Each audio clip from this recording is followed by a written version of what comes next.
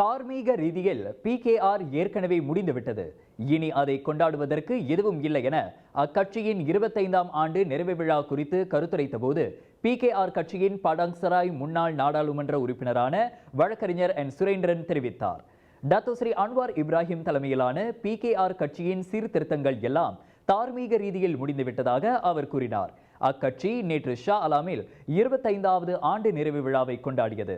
அந்த நிறைவு விழா மகிழ்ச்சியை அளிக்கக்கூடியதாக இல்லை என அவர் கூறினார். 20 ஆண்டுகளுக்கும் மேலாக சீர்திருத்தங்கள் குறித்து பிகேஆர் பேசி வந்தது. ஆனால் அரசாங்கத்தின் அதிகாரத்திற்கு வந்த பின் அக்கட்சியின் நிலை மாறிவிட்டது. இப்போது சாக்கு போக்கை தான் கூறுகின்றனர்.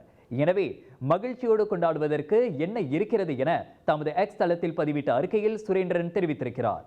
பிகேஆர் கட்சியின் கடந்து வந்த பயணத்தில் பல தலைவர்கள் சீர்திருத்தத்திற்காக போராடி சிறை தண்டனை பெற்றனர்.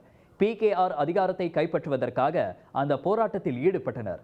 தற்போது இந்த போராட்டம் எல்லாம் பயனற்று போய்விட்டது என சுரேந்திரன் தெரிவித்தார்.